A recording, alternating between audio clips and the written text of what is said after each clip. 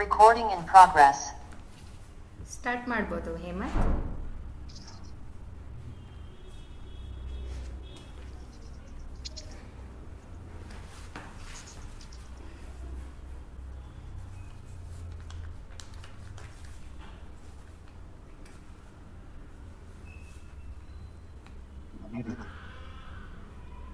Start ಮಾಡ್ಬೋದು.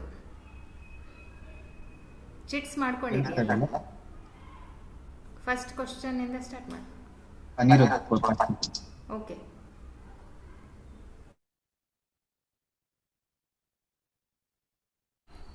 Question ಕೇಳೋ ಹೇಮಂತ್. ಅಖಂಡಾನಂದರು ಏನನ್ನು ತೆರೆಯಬೇಕೆಂದು ನಿರ್ಧರಿಸಿದರು?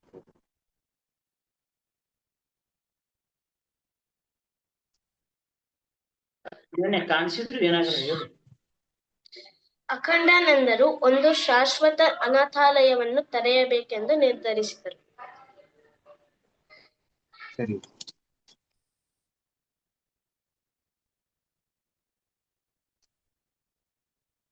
ಅಭಿಷೇಕ್, ಯಾರು ಆಶ್ರಮಕ್ಕೆಂದು 1.5 ಎಕರೆ ಜಮೀನು ಕೊಟ್ಟರು?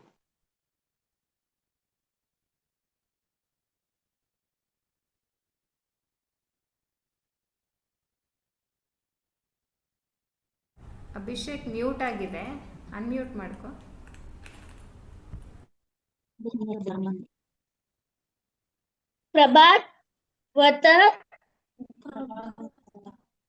ಪ್ರಭಾವಿತ ಆದ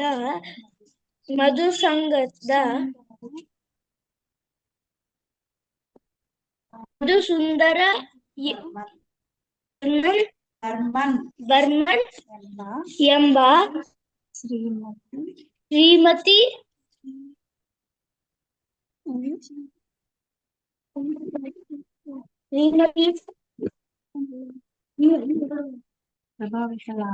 ಪ್ರಭಾವಿತಳಾದ ಮಧುಸುಂದರ್ ಬರ್ಮನ್ ಎಂಬ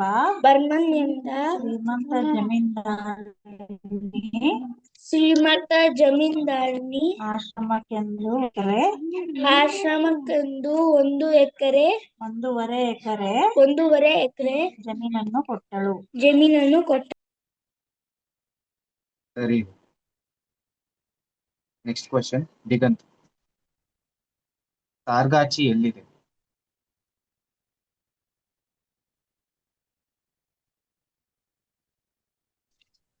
ಸಾರ್ಗಾಚಿ ಎಂಬ ಹಳ್ಳಿ ಇರುವುದು ಬರ್ಹಾಂಪುರದಿಂದ 6 ಮೈಲಿ ದಕ್ಷಿಣಕ್ಕೆ ಕೃಷ್ಣಾನಗರ ರಸ್ತೆಯಲ್ಲಿ. ಸರಿ ಇದೆ. Next question, Charvi.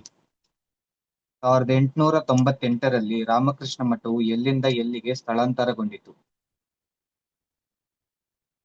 1898ರಲ್ಲಿ ರಾಮಕೃಷ್ಣ ಮಠವು ಆಲಂ ಬಜಾರ್ನಿಂದ ಬೇಲೂರಿನ ನೀಲಾಂಬರ ಬಾಬುಗಳ ತೋಟದ ಮನೆಗೆ ಸ್ಥಳಾಂತರಗೊಂಡಿತು. ಸರಿ.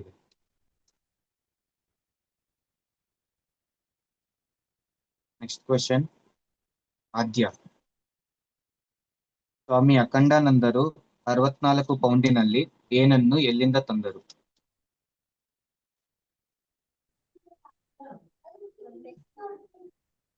ಬರುವಾಗ ಅವರು ಶ್ರೀಮಂತ ಭಕ್ತರೊಬ್ಬರು ಕೊಟ್ಟಿದ್ದ ಸುಮಾರು 64 ಪೌಂಡ್ ತೂಗುತ್ತಿದ್ದ 2 ಪಂಟುವ ಹಾಲಿನ ಘನವನ್ನು ಬೆಣ್ಣೆಯಲ್ಲಿ ಬೇಯಿಸಿದ್ದ ಸಕ್ಕರೆ ಪಾಕದಲ್ಲಿ ನೆನೆಸಿದ ಒಂದು ಸಿಹಿ ತಿಂಡಿಗಳನ್ನು ಬರ್ಹಾಪುರದಿಂದ ತಂದಿದ್ದರು. ಸರಿ ಇದೆ. Next question, Charvi. ಸ್ವಾಮಿ ವಿವೇಕಾನಂದರು ಅಖಂಡಾನಂದರ ಕುರಿತು ಏನೆಂದು ಹೇಳಿದರು? ಹೇಮಂತ್ ಉತ್ತಮ ಇದ್ದಾನೆ, ಅವಂತೂ ಚೆಕ್ ಮಾಡ್ಕೋಬಹುದು.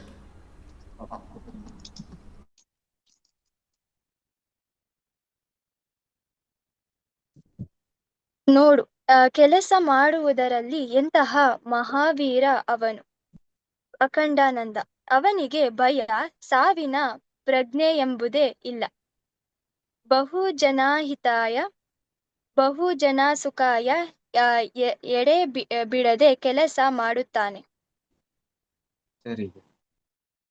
ನೆಕ್ಸ್ಟ್ ಕ್ವೆಶನ್ ಆದ್ಯ. ಅಖಂಡಾನಂದರು ಸ್ವಾಮೀಜಿಯ ಕುರಿತು ಹೇಳಿದ ಕಥೆಯಲ್ಲಿ ಯಾವ ವಿಷಯಗಳ ಬಗ್ಗೆ ಚರ್ಚೆ ನಡೆಯುತ್ತಿತ್ತು?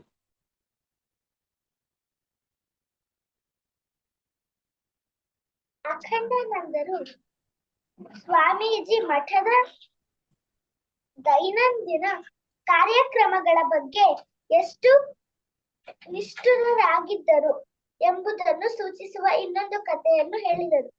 ಒಂದು ರಾತ್ರಿ ಪುನರ್ಜನ್ಮ ಮಾನವನ ಆತ್ಮ ಮಾನವನಿಗಿಂತ ಕೀಳು ಮಟ್ಟದಲ್ಲಿ ಹುಟ್ಟುವುದೇ ಇಲ್ಲವೇ ಎಂಬಿತ್ಯಾದಿ ವೇದಾಂತಕ್ಕೆ ಸಂಬಂಧಪಟ್ಟ ವಿಷಯಗಳ ಬಗ್ಗೆ ಚರ್ಚೆ ನಡೆಯುತ್ತಿತ್ತು. ಸರಿ ಇದೆ. Next question Uttam. ಅಖಂಡಾನಂದರು ಬೇಲೂರು ಮಠದಲ್ಲಿ ಕಾಯಿಲೆಯಿಂದ ಯಾವಾಗ ಚೇತರಿಸಿಕೊಂಡರು? 1 ವರ್ಷ ಕಷ್ಟಪಟ್ಟು ಕೆಲಸ ಮಾಡಿದ ಮೇಲೆ ಅಖಂಡಾನಂದರು ಬೇಲೂರು ಮಠದಲ್ಲಿ ಕಾಯಿಲೆ ಬಿದ್ದರು. 1898 ಮಾರ್ಚ್ 30ರಂದು ಕಾಯಿಲೆಯಿಂದ ಚೇತರಿಸಿಕೊಂಡ ಮೇಲೆ ಅವರು ಸ್ವಾಮೀಜಿಯ ಜೊತೆಗೆ ಬದಲಾವಣೆಗಾಗಿ ಡಾರ್ಜಿಲಿಂಗ್ಗೆ ಹೋದರು. ಸರಿ ಇದೆ. Next question Anirudh. ಜನರು ಹಾಗೂ ಪ್ಲೇಗ್ ತಗುಲಿದವರಿಗೆ ಸಮಾಧಾನ ಮಾಡುವುದಕ್ಕಾಗಿ ಸ್ವಾಮೀಜಿ ಏನು ಮಾಡಿದರು?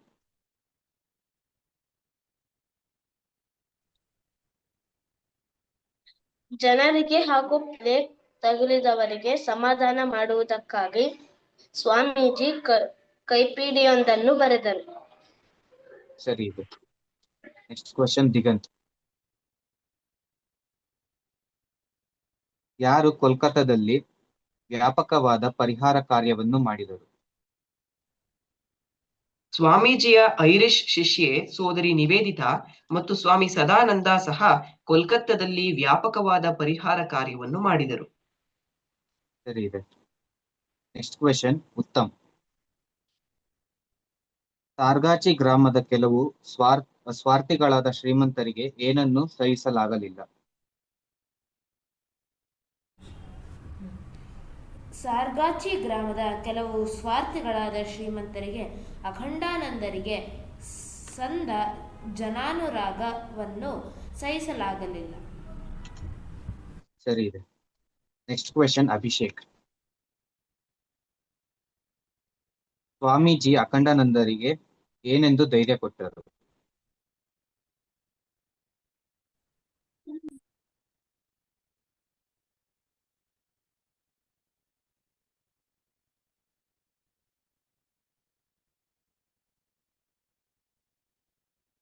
ಸರ್ ಗೊತ್ತಿಲ್ಲ.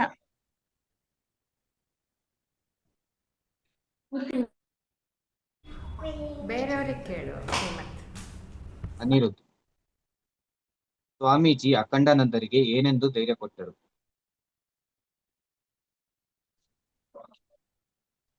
ಸ್ವಾಮೀಜಿ ಅಖಂಡಾನಂದರಿಗೆ ಸಾರ್ವಜನಿಕ ಟೀಕೆಯಿಂದ ಧೃತಿಗೆಡಬೇಡ ಎಂದು ಧೈರ್ಯ ಕೊಟ್ಟರು. ಸರಿ ಇದೆ. ನೆಕ್ಸ್ಟ್ ಕ್ವೆಶನ್ ಆದ್ಯ.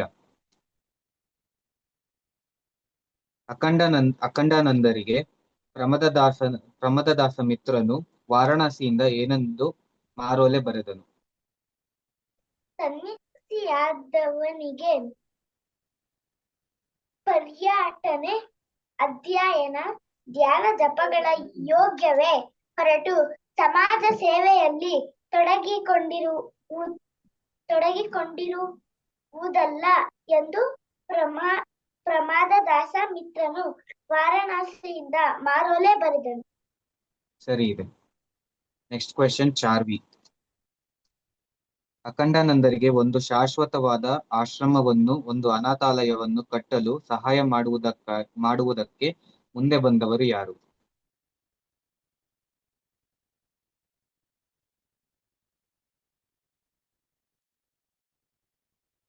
ಕೆಲವು ಉದಾರ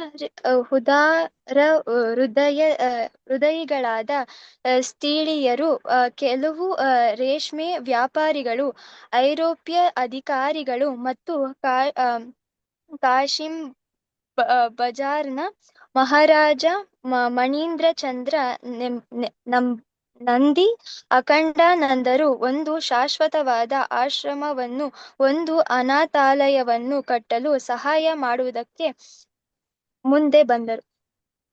ಸರಿ ಇದೆ. Next question Uttam. ಅಖಂಡಾನಂದರು ಹೇಗೆ ಭೂಮಿಯನ್ನು ಉತ್ತರು?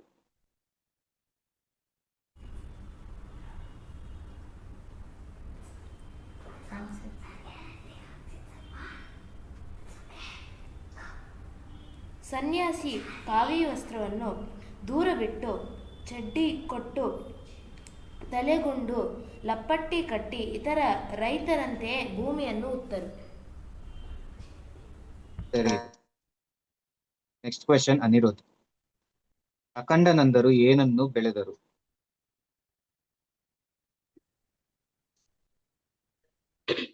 ಹಣ್ಣು, ಹೂವು, ತರಕಾರಿ, ಕೊನೆಗೆ ಹತ್ತಿಯನ್ನು ಸಹ ಬೆಳೆದರು. ಸರಿ ಇದೆ. Next question Diganth. ದುರ್ಗಾ ಪೂಜೆ 2ನೇ ದಿನ ಅಖಂಡಾನಂದರಿಗೆ ಏನು ತಿಳಿಯಿತು? ದುರ್ಗಾ ಪೂಜೆಯ 2ನೆಯ ದಿನ ಅಖಂಡಾನಂದರಿಗೆ ಬಿಹಾರದ ಭಾಗಲ್ಪುರ ಜಿಲ್ಲೆಯಲ್ಲಿ ಉಕ್ಕಿ ಬಂದ ಪ್ರವಾಹದಿಂದಾಗಿ ಜನ ದಿಕ್ಕೆಟ್ಟಿರುವರೆಂದು ತಿಳಿಯಿತು. ಸರಿ ಇದೆ. Next question Charvi. ಮೀ ಕ್ಯಾಮಿಂಗ್ ರನ್ನು ಏನೆಂದು ಹೇಳಿಕೊಂಡರು? ಮೀ ಕ್ಯಾಮಿಂಗ್ ಅಖಂಡಾನಂದರನ್ನು ಗೋಗಾ ಪ್ರದೇಶದಲ್ಲಿ ಪರಿಹಾರ ಕಾರ್ಯ ಕೈಗೊಳ್ಳುವಂತೆ ಕೇಳಿಕೊಂಡನು. ಸರಿ ಇದೆ. Next question Anirudh. ಸ್ವಾಮಿ ವಿವೇಕಾನಂದರು ಯಾವಾಗ ಭಾರತಕ್ಕೆ ಹಿಂದಿರುಗಿದರು? ವಿವೇಕಾನಂದರು 1900 ಡಿಸೆಂಬರ್ನಲ್ಲಿ ಭಾರತಕ್ಕೆ ಹಿಂದಿರುಗಿದರು. ಸರಿ ಇದೆ.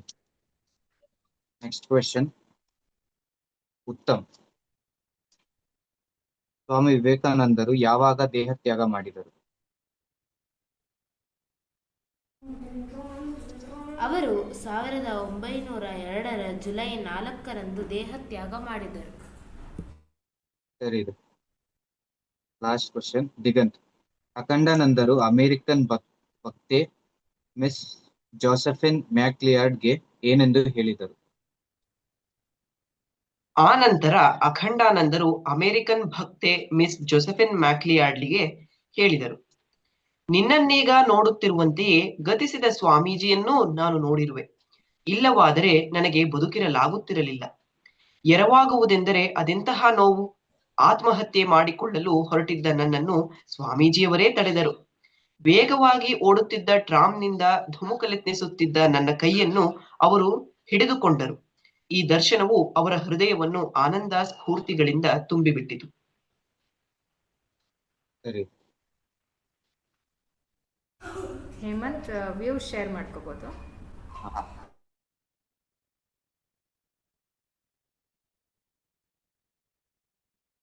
ಇಲ್ಲಿ ಒಂದು ಪಾಯಿಂಟ್ ನೋಡೋದಿದ್ರೆ, ನಾವು ಯಾವ್ದಾದ್ರು ಒಳ್ಳೆ ಕೆಲಸ ಮಾಡಕ್ ಹೋದಾಗ ನಮಗೆ ಕಷ್ಟಗಳೇ ಬರುತ್ತೆ. ಆ ಕಷ್ಟಗಳನ್ನ ದಾಟಕ್ಕೆ ಭಗವಂತ ನಮಗೆ ಯಾವ ಸಹಾಯ ಬೇಕೋ ಆ ಸಹಾಯನೆಲ್ಲ ಮಾಡ್ತಾನೆ.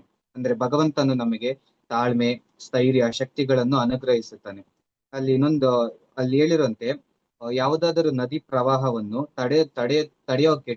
ತಡೆಯೋಕೆ ಪ್ರಯತ್ನ ಮಾಡಿದಾಗ ಅದು ಹೆಚ್ಚು ರಭಸವಾಗಿ ಹರಿಯುತ್ತೆ. ಹಾಗೆ ನಾವು ಈ ಕಷ್ಟಗಳನ್ನು ದಾಟಿ ಮುಂದೆ ಹೋದಾಗ ಮಾತ್ರ ನಮಗೆ ಆ ಕೆಲಸಗಳಲ್ಲಿ ನಾವು ಜಯವನ್ನು ಸಾಧಿಸಬಹುದು. ಹಾಗೆ ನಾವು ಈ ಕೆಲಸ ಮಾಡ್ಬೇಕಾದ್ರೆ ತುಂಬಾ ಜನ ಎಷ್ಟೊಂದು ಮಾತಾಡ್ತಾ ಇರ್ತಾರೆ. ನಾವು ಅದಕ್ಕೆಲ್ಲ ಕಿವಿ ಕೊಡಬಾರ್ದು. ಇಲ್ಲಿ ಸ್ವಾಮೀಜಿ ಹೇಳಿರುವಂತೆ ಸಾರ್ವಜನಿಕ ಟೀಕೆಯಿಂದ ಧೃತಿಗೆಡಬೇಡ. ಅಂದ್ರೆ ಅವ್ರು ಮಾತಾಡ್ತಿದ್ದಾರೆ ಅಂದ್ಬಿಟ್ಟು ನೀನು ಬೇಸರಗೊಂಡು ನಿನ್ನ ಪ್ರಯತ್ನವನ್ನು ಬಿಡಬೇಡ. ನಿನ್ನ ಪ್ರಯತ್ನ ಪಡುತ್ತಿರು. ನಿನಗೆ ನೀನು ಜಯಶಾಲಿ ಆಗಬಹುದು ಎಂದು ಹೇಳ್ತಾರೆ. ಮತ್ತು ಇನ್ನೊಂದು ಕಡೆ ಸ್ವಾಮೀಜಿ ಹೇಗೆ ಅವರು ಮನ ಪರಿವರ್ತನೆಗೊಂಡಿತು ಎಂದು ಹೇಳಿದ್ದಾರೆ. ಇಲ್ಲಿ ಅವರು ಮೊದಲು ಹಿಮಾಲಯಕ್ಕೆ ಹೋದಾಗ ಅವರು ಮನುಷ್ಯರನ್ನು ನೋಡುವುದನ್ನು ತಪ್ಪಿಸಿಕೊಳ್ಳುತ್ತಿದ್ದರು. ಹಾಗೆ ಅವರು ಹಳ್ಳಿಯನ್ನು ಬಿಟ್ಟು ಹಿಮಾಲಯದಲ್ಲಿನ ಕ್ರೂರ ಮೃಗಗಳ ಜೊತೆಗೆ ಇರಲು ಇಷ್ಟಪಡುತ್ತಿದ್ದರು. ಆದರೆ ಅವರು ಅಲ್ಲೇ ಕೆಲವು ವರ್ಷಗಳನ್ನು ಕಳೆದ ನಂತರ ಅವರು ಮನುಷ್ಯರಲ್ಲೇ ದೇವರನ್ನು ಕಾಣಲು ಪ್ರಾರಂಭ ಮಾಡ್ತಾರೆ. ಅಂದ್ರೆ ನಾವು ಮನುಷ್ಯರಿಗೆ ಸೇವೆ ಮಾಡಿದ್ರೆ ನಾವು ದೇವರಿಗೆ ಸೇವೆ ಮಾಡಿದಂತೆ. ಇಲ್ಲಿ ಹೇಳಿರುವಂತೆ ಅವರ ಕಿವಿಯಲ್ಲಿ ದೇವರೇ ಹೇಳಿದಂತಿರುತ್ತೆ. ಇವರೇ ವೇದ ಕಾಲದ ಋಷಿಗಳಾಗಿದ್ದರು. ಇವರೇ ರಾಮಕೃಷ್ಣ ಮೊದಲಾದ ಅವತಾರಗಳಾಗಿದ್ದವರು. ಇವರೇ ಎಲ್ಲವೂ. ಅಂದ್ರೆ ನಾವು ಎಲ್ಲೇ ಹೋದ್ರೂ ನಾವು ಮನುಷ್ಯರಲ್ಲೇ ದೇವರನ್ನು ಕಾಣಬಹುದು. ನಾವು ಎಲ್ಲೆಲ್ಲೂ ದೇವರನ್ನು ಹುಡ್ಕೋ ಬದಲು ನಾವು ಮನುಷ್ಯರಲ್ಲೇ ದೇವರನ್ನು ಕಾಣುತ್ತಾ ಅವರಿಗೆ ಸೇವೆಯನ್ನು ಮಾಡ್ತಿದ್ರೆ ನಾವು ಸಾಕ್ಷಾತ್ ದೇವರಿಗೆ ಸೇವೆ ಮಾಡಿದಂತಿರುತ್ತದೆ. ಜಯ ರಾಮಕೃಷ್ಣ. ಜಯರಾಮಕೃಷ್ಣ. ಹೇಮಂತ್, ತುಂಬ ಚೆನ್ನಾಗಿ ಕ್ವಶನ್ಸ್ ಪ್ರಿಪೇರ್ ಮಾಡಿದ್ಯಾ. ಅದೇ ಥರ ವ್ಯೂಸನ್ನು ತುಂಬ ಒಳ್ಳೆ ಪಾಯಿಂಟ್ಸನ್ನು ಸೆಲೆಕ್ಟ್ ಮಾಡಿ ಶೇರ್ ಮಾಡ್ಕೊಂಡಿದ್ಯಾ. ಹೌದು, ಇಲ್ಲಿ ನಾವು ನೋಡ್ಬೋದು ಪ್ರಮೋದ್ ದಾಸ್ ಮಿತ್ರ ಇದು ಸ್ವಾಮಿ ಅಖಂಡಾನಂದರು ಕೇಳ್ತಾರೆ ಆರ್ಥಿಕ ಸಹಾಯ ಬೇಕು ಅಂತ ಕೇಳಿದಾಗ ಪ್ರಮೋದ್ ದಾಸ್ ಮಿತ್ರ ವಾಪಸ್ ಪತ್ರ ಬರೀತಾನೆ. ಹೇಳ್ತಾನೆ, ನೀವು ಸನ್ಯಾಸಿಗಳು, ನಿಮ್ಗೆ ಯಾಕೆ ಇದೆಲ್ಲ ದುಡ್ಡಿನ ಅವಶ್ಯಕತೆ ಇದೆ? ನೀವು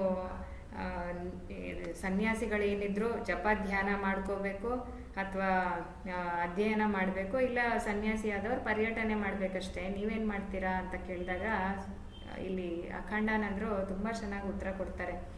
ನನಗೂ ಅದೇ ಇಷ್ಟ. ಆದರೆ ನಾವು ದೇವರನ್ನ ನೋಡಬೇಕಾಗಿರೋದು ಜನಗಳಲ್ಲಿ. ಅಂದರೆ ಜೀವ ಸೇವೆ ಮಾಡಿದರೆ ದೇವ್ರ ಸೇವೆ ಅಂತ ಇದು ತುಂಬ ಒಳ್ಳೆ ಪಾಯಿಂಟ್ ಹೇಳಿದ್ದಾರೆ. ತುಂಬ ಚೆನ್ನಾಗಿತ್ತು ಇವತ್ತಿನ ಅಧ್ಯಯನ ಕೇಂದ್ರ. ಎಲ್ಲ ಮಕ್ಕಳು ಚೆನ್ನಾಗಿ ಆನ್ಸರ್ ಮಾಡಿದ್ದೀರಾ. ಹೇಮಂತ್, ಧನ್ಯವಾದಗಳು. ತುಂಬ ಚೆನ್ನಾಗಿ ಕ್ವಶನ್ಸು ಪ್ರಿಪೇರ್ ಮಾಡಿದ್ಯಾ, ಹಾಗೆ ವ್ಯೂಸು ಚೆನ್ನಾಗಿ ಶೇರ್ ಮಾಡಿದ್ಯಾ. ಈಗ ಜೈಕಾರದೊಂದಿಗೆ ಇವತ್ತಿನ ಅಧ್ಯಯನ ಕೇಂದ್ರನ ಸಂಪನ್ನಗೊಳಿಸೋಣ. ಓಂ ಪ್ರಿಯತಾಂ ಪುಂಡರೀಕಾಕ್ಷಃ ಸರ್ವಯಜ್ಞೇಶ್ವರೋ ಹರಿಃ ತಸ್ಮಿನ್ ತುಷ್ಟೇ ಜಗತ್ತುಷ್ಟಂ ಪ್ರೇಣಿತೆ ಪ್ರೇಣಿತಂ ಜಗತ್. ಹರಿಃ ಓಂ ತತ್ಸತ್. ಶ್ರೀರಾಮಕೃಷ್ಣಾರ್ಪಣಮಸ್ತು. जय श्री गुरु महाराज जी की जय. जय श्री महामाई की जय. जय श्री स्वामी जी महाराज जी की जय. ಎಲ್ಲರಿಗೂ ಜಯ ರಾಮಕೃಷ್ಣ.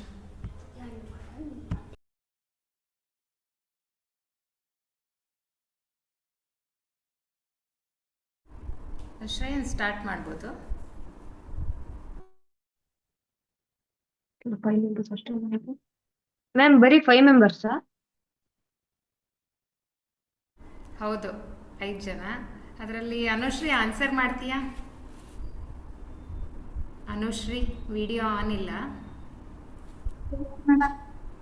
ಆನ್ಸರ್ ಮಾಡ್ತೀಯಾ? ಓಕೆ. 5 ಜನ. ಮೊದಲನೇ ಪ್ರಶ್ನೆ, ಲೋಚನ್.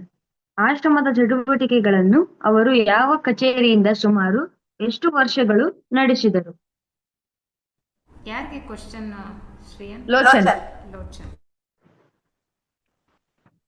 ಆಶ್ರಮದ ಚಟುವಟಿಕೆಗಳನ್ನು ಅವರು ಶಿವನಗರ ಕಚೇರಿಯಿಂದ ಸುಮಾರು 12 ವರ್ಷಗಳು ನಡೆಸಿದರು. ಎರಡನೇ ಪ್ರಶ್ನೆ, ಗಾನಶ್ರೀ. 1913 ಆಗಸ್ಟ್ನಲ್ಲಿ ಅವರು ಯಾವ ಗ್ರಾಮದಲ್ಲಿ ಸುಮಾರು ಎಷ್ಟು ಎಕರೆಗಳಷ್ಟು ಭೂಮಿಯನ್ನು ಕೊಂಡರು? 1912 ಆಗಸ್ಟ್ನಲ್ಲಿ ಅವರು ಸಾರ್ಗಾಚಿ ಗ್ರಾಮದಲ್ಲಿ ಸುಮಾರು 13 ಎಕರೆಗಳಷ್ಟು ಭೂಮಿಯನ್ನು ಕೊಂಡರು. ಮೂರನೇ ಪ್ರಶ್ನೆ, ಸ್ವಾಮಿಗಳ ದಿಗಂತ್. ಸ್ವಾಮಿಗಳ ಯೋಜನೆಯಂತೆ ಹಣ ಉಳಿಸಲು ತಾತ್ಪೂರ್ತಿಕವಾಗಿ ಯಾವ ಕೊಠಡಿಗಳನ್ನು ಕಟ್ಟಲಾಯಿತು? ಸ್ವಾಮಿಗಳ ಯೋಜನೆಯಂತೆ ಹಣ ಉಳಿಸಲು ತಾತ್ಪೂರ್ತಿಕವಾಗಿ ಕೆಲವು ಹುಲ್ಲು ಚಾವಣಿಯ ಕೊಠಡಿಗಳನ್ನು ಕಟ್ಟಲಾಯಿತು.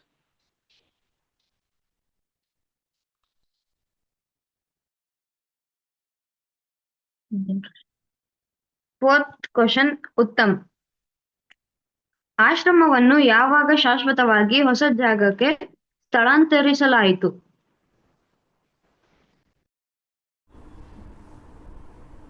1913ರ ಮಾರ್ಚ್ನಲ್ಲಿ ಆಶ್ರಮವನ್ನು ಶಾಶ್ವತವಾಗಿ ಹೊಸ ಜಾಗಕ್ಕೆ ಸ್ಥಳಾಂತರಿಸಲಾಯಿತು. Fifth question Anushree. ಅಖಂಡಾನಂದರು ಆಶ್ರಮವನ್ನು ಹೇಗೆ ಕಾಣುವಂತೆ ಮಾಡಿದರು?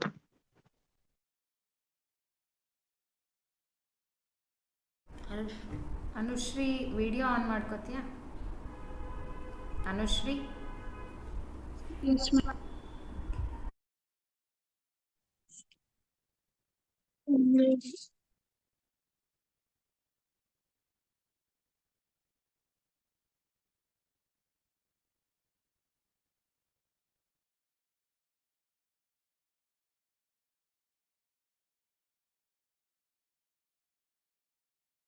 Anushree question number 5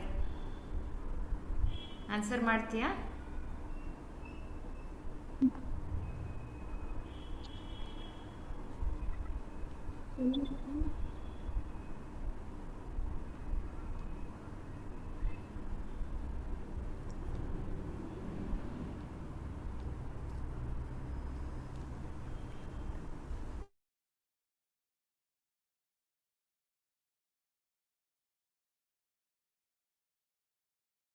ma'am question repeat ಮಾಡ್ಬೇಕಾ? Yes ma'am. ಫಿಫ್ತ್ ಕ್ವಶನ್ ಅಖಂಡಾನಂದರು ಆಶ್ರಮವನ್ನು ಹೇಗೆ ಕಾಣುವಂತೆ ಮಾಡಿದರು?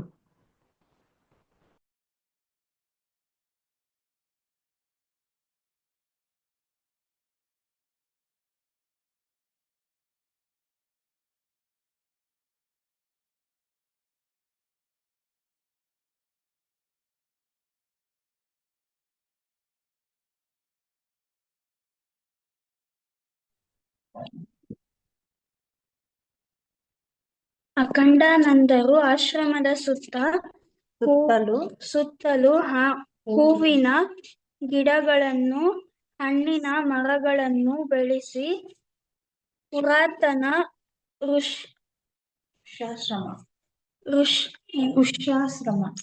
ಋಷ್ಯಾಶ್ರಮದ ಹಾಗೆ ಕಾಣುವಂತೆ ಮಾಡಿದರು.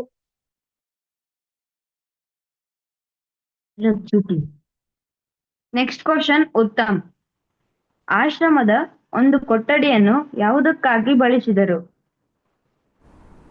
ಆಶ್ರಮದ ಒಂದು ಕೊಠಡಿಯನ್ನು ಗ್ರಂಥಾಲಯ ಹಾಗೂ ಧರ್ಮಾರ್ಥ ಆಸ್ಪತ್ರೆಯನ್ನಾಗಿ ಬಳಸಿದರು.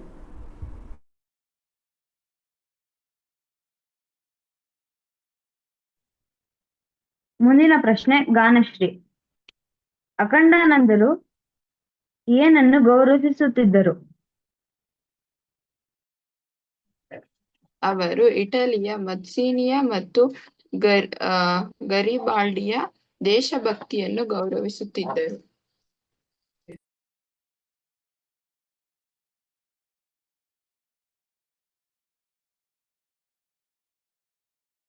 ಮುಂದಿನ ಪ್ರಶ್ನೆ ಲೋಚನ್. ಶ್ರೀರಾಮಕೃಷ್ಣರು ಯಾರನ್ನು ಪರಿಗಣಿಸುತ್ತಿರಲಿಲ್ಲ? ಶ್ರೀರಾಮಕೃಷ್ಣರು ಅಲ್ಪತನದ, ಮತಾಂಧರಾದ, ಮುಚ್ಚು ಮನಸ್ಸಿನ ವ್ಯಕ್ತಿಗಳನ್ನು ಎಂದಿಗೂ ಪರಿಗಣಿಸುತ್ತಿರಲಿಲ್ಲ. Next question Digant. Miss MacLeod ಒಂದು ಸಲ ಅಖಂಡಾನಂದರಿಗೆ ಏನೆಂದು ಹೇಳಿದಳು? ಮಿಸ್ ಮ್ಯಾಕ್ಲಿಯಾರ್ಡ್ ಒಂದು ಸಲ ಅಖಂಡಾನಂದರಿಗೆ, ಜನಗಳು ಸ್ವಾಮೀಜಿಯವರನ್ನು ಮಹಾಪ್ರಬೋಧಕ ಎನ್ನುತ್ತಾರೆ, ಆದರೆ ನಾನು ಮತ್ತೆ ಕೆಲವರು ಅವರನ್ನು ಒಬ್ಬ ಅಚ್ಚರಿಯ ವಿದ್ಯಾರ್ಥಿಯಾಗಿ ತಿಳಿದಿರುವೆವು. ಅವರು ಎಲ್ಲರಿಂದಲೂ ಕಲಿತಿದ್ದರಿಂದಲೇ ಎಲ್ಲರನ್ನೂ ಗೆದ್ದರು. ಅವರು ಯಾವಾಗಲೂ ಏನಾದರೊಂದನ್ನು ಕಲಿಯುತ್ತಿದ್ದರು. ಆದ್ದರಿಂದಲೇ ಯಾವಾಗಲೂ ನವನಮೋನ್ಮೇಷಶಾಲಿಯಾಗಿರುತ್ತಿದ್ದರು. ಎಂದಿಗೂ ಏಕತಾನರಾಗುತ್ತಿರಲಿಲ್ಲ. ಎಂದಿಗೂ ಹೇಳಿದ್ದನ್ನೇ ಪುನರುಚ್ಚರಿಸುತ್ತಲೂ ಇರಲಿಲ್ಲ ಎಂದು ಹೇಳಿದಳು. ಮುಂದಿನ ಪ್ರಶ್ನೆ ಅನುಶ್ರೀ. ಅಖಂಡಾನಂದರು ಸನ್ಯಾಸಿಗಳನ್ನು ಯಾವುದಕ್ಕೆ ಪ್ರೋತ್ಸಾಹಿಸುತ್ತಿದ್ದರು? ಅಖಂಡಾನಂದರು ಸಹ ನಿರಂತರ ವಿದ್ಯಾರ್ಥಿಯೇ ಪರಿಣಾಮವಾಗಿ ಅವರೊಬ್ಬ ಚಲಿಸುವ ವಿಶ್ವಕೋಶವೇ ಆಗಿದ್ದರು. ದಿನಚರಿಯನ್ನು ಬರೆದಿಡಬೇಕೆಂದು ಅವರು ಸನ್ಯಾಸಿಗಳನ್ನು ಪ್ರೋತ್ಸಾಹಿಸುತ್ತಿದ್ದರು.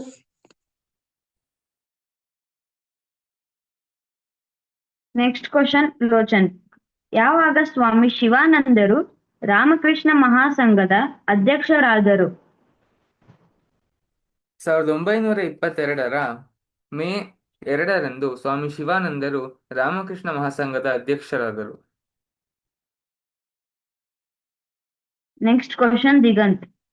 ಬೇಲೂರು ಮಠದಲ್ಲಿ ಒಂದು ದಿನ ಅಖಂಡಾನಂದರು ಏನನ್ನು ಗಮನಿಸಿದರು? ಬೇಲೂರು ಮಠದಲ್ಲಿ ಒಂದು ದಿನ ಒಬ್ಬ ಸನ್ಯಾಸಿ ಸ್ನಾನವಾದ ಮೇಲೆ ಗೀತೆ, ಚಂಡಿ ಹಾಗೂ ಉಪನಿಷತ್ತುಗಳನ್ನು ಹೇಳಿಕೊಳ್ಳುತ್ತಿರುವುದನ್ನು ಅಖಂಡಾನಂದರು ಗಮನಿಸಿದರು. ಮುಂದಿನ ಪ್ರಶ್ನೆ ಗಾನಶ್ರೀ. ರಾಮಕೃಷ್ಣ ಮಠ ಮಿಷನ್ ಮೊಟ್ಟ ಮೊದಲು ಸರ್ವ ಸದಸ್ಯರ ಸಭೆ ಎಲ್ಲಿ ನಡೆಯಿತು?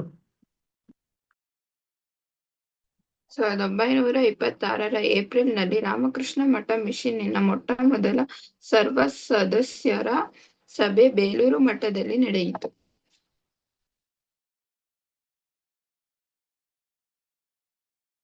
ಮುಂದಿನ ಪ್ರಶ್ನೆ ಅನುಶ್ರೀ. ಶ್ರೀರಾಮಕೃಷ್ಣರ ಕೆಲವು ನೇರ ಶಿಷ್ಯರು ಹಾಗೂ ಇನ್ನಿತರ ಸನ್ಯಾಸಿಗಳು ಯಾವುದರ ಬಗ್ಗೆ ಚರ್ಚಿಸಿದರು?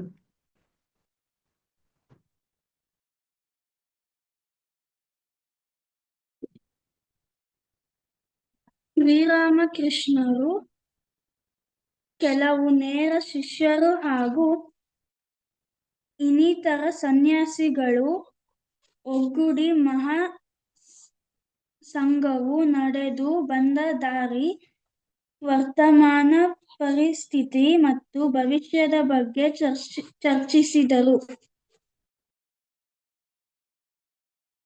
ಮುಂದಿನ ಪ್ರಶ್ನೆ ಉತ್ತಮ್.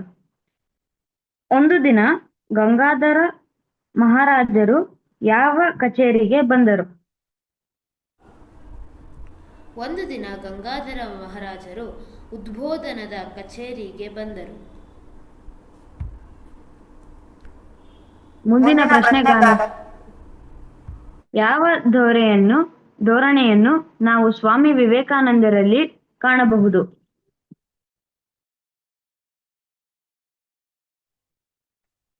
ಜನರ ಧಾರ್ಮಿಕ ನಂಬಿಕೆಗಳು ಏನೇ ಆಗಿರಲಿ, ಸಾಮಾಜಿಕ ಆಧ್ಯಾತ್ಮಿಕ ಸ್ಥಾನಮಾನ ಏನೇ ಆಗಿರಲಿ, ಸರ್ವಾರ್ಥಿಕ ಸಹಾನುಭೂತಿಗಳ ಅದೇ ಧೋರಣೆಯನ್ನು ನಾವು ಸ್ವಾಮಿ ವಿವೇಕಾನಂದರಲ್ಲಿ ಕಾಣಬಹುದು.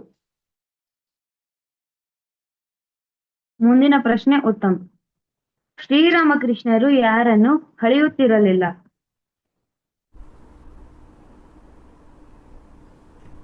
ಶ್ರೀರಾಮಕೃಷ್ಣರು ಯಾವತ್ತೂ ಪ್ರಾಮಾಣಿಕವಾದ ಧಾರ್ಮಿಕ ನಂಬಿಕೆಗಳನ್ನಿಟ್ಟುಕೊಂಡಿರುವ ಅನುಷ್ಠಾನಗಳನ್ನಿಟ್ಟುಕೊಂಡಿರುವ ಯಾರನ್ನೂ ಹಳೆಯುತ್ತಿರಲಿಲ್ಲ. ಮುಂದಿನ ಪ್ರಶ್ನೆ ದಿಗಂತ್. ಶ್ರೀರಾಮಕೃಷ್ಣರು ಒಂದು ದಿನ ದೇಗುಲದ ಚಾವಣಿಯ ಮೇಲೆ ನಿಂತು ಯಾರಿಗೆ ಕೂಗಿ ಕರೆದರು? ಶ್ರೀರಾಮಕೃಷ್ಣರು ಒಂದು ದಿನ ದೇಗುಲದ ಛಾವಣಿಯ ಮೇಲೆ ನಿಂತು ಮುಂದೆ ಬರಲಿರುವ ಎಳೆಯ ಶಿಷ್ಯರಿಗಾಗಿ ಕೂಗಿ ಕರೆದರು. ಮುಂದಿನ ಪ್ರಶ್ನೆ ಅನುಶ್ರೀ. ವಿವೇಕಾನಂದರು ಯಾವಾಗ ದೇಹತ್ಯಾಗ ಮಾಡಿದರು.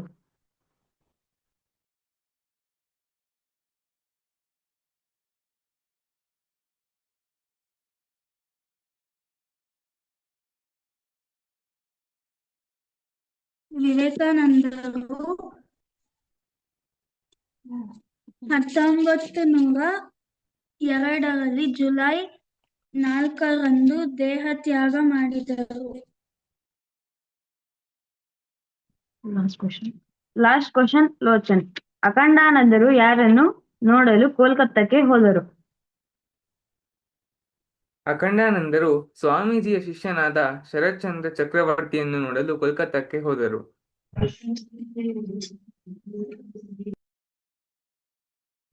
ಶ್ರೀಯನ್ ವ್ಯೂ ಶೇರ್ ಮಾಡ್ಕೋಬಹುದು.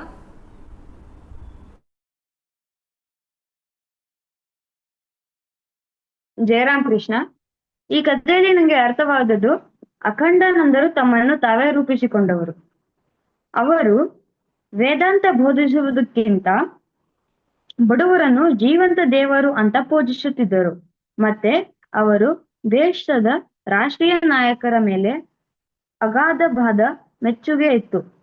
ಅವರುಗಳ ರಾಷ್ಟ್ರ ಸೇವೆಯನ್ನು ಬಹುವಾಗಿ ಗೌರವಿಸುತ್ತಿದ್ದರು. ಅದೇ ರೀತಿ ನಾವು ಕೂಡ ಬಡವರನ್ನು ಮತ್ತು ಹಿರಿಯರನ್ನು ರಾಷ್ಟ್ರೀಯ ನಾಯಕರನ್ನು ಗೌರವಿಸುವುದನ್ನು ಕಲಿಯಬೇಕು. ಜಯರಾಮ್ ಕೃಷ್ಣ.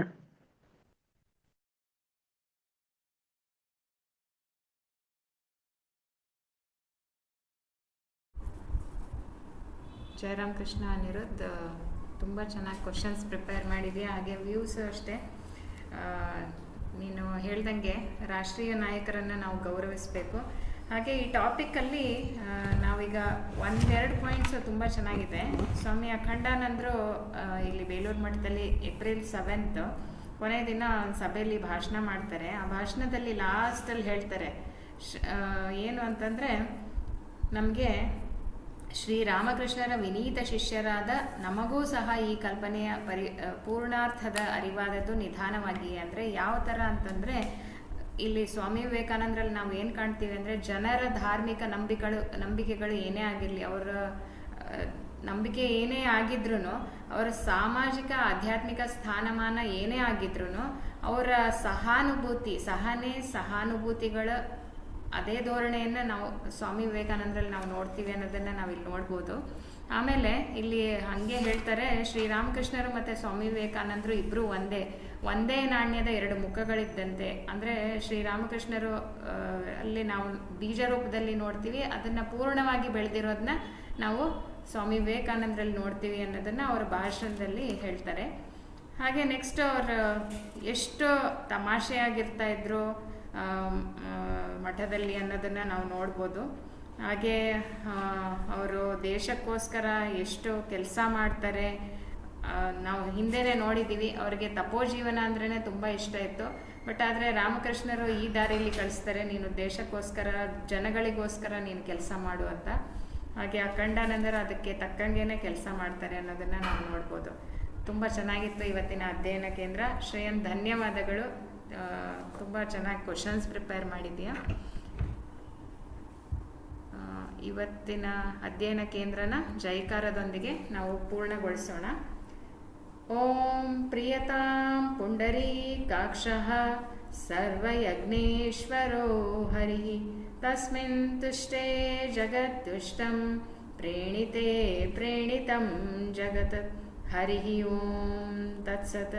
श्रीरामकृष्णार्पणमस्तु। जय श्री गुरु महाराज जी की जय। जय श्री महामाई की जय। जय श्री स्वामी जी महाराज जी की जय। ಎಲ್ಲರಿಗೂ ಶುಭರಾತ್ರಿ.